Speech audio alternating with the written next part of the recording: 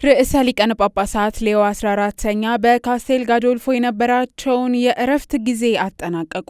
ርዕሰ ሊቃነ ጳጳሳት ሌዮ 14ኛ ከሰኔ 28 2018 ዓ.ም ጀምሮ በካስቴል ጋዶልፎ ሲያደርጉት የነበረውን የእረፍት ጊዜ አጠናቀው ሰኞ ምሽት ሐምሌ 20 ቀን 2018 ዓ.ም ወደ ቫቲካን መመለሳቸው ተገለጸ።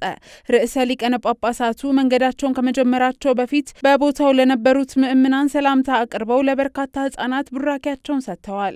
ቅዱስነታቸው ካንቲኮ ዲ ፓቼ የተሰኘ የጸሎትና የወንድማማችነት ስብሰባን ለመካፈል ረቡዕ ሐምሌ 22 ቀን 2018 ዓ.ም እንደገና ወደ ካስቴል ጋዶልፎ እንደሚመለሱ ቫቲካን ያስታወቀ ሲሆን ፕሮግራሙ ከምሽት 1 ሰዓት ጀምሮ እንደሚካሄድ ገልጿል።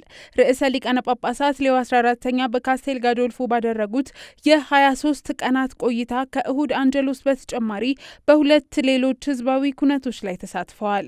ቅዱስነታቸው ሐምሌ 4 ቀን 2018 ዓ.ም ከሮም የተውጣጡና ማህበራዊ ችግር ያለባቸውን 200 ሰዎች 35 ህጻናትን ጨምሮ በአትክልት ስፍራቸው የምሳ ቆይታ እንደነበራቸው፣ ሐምሌ 11 ቀን 2018 ዓ.ም በአልባኖ የተዘጋጀ የሙዚቃ ኮንሰርት በሐዋርያዊ ቤተ መንግስት ግቢ ውስጥ እንደተካፈሉ እንዲሁም ሐምሌ 15 ቀን 2018 ዓ.ም በቫሌ ፔትራ የሚገኘውን የቅድስት ስላሴ መካነ መዘክርንና በሱቢያኮ የሚገኙትን የቅዱስ ቤኔዲክቶስንና የቅድስት ስኮላስቲካ ገዳማትን እንደጎበኙ ቫቲካን በዘገባው አስታውቋል።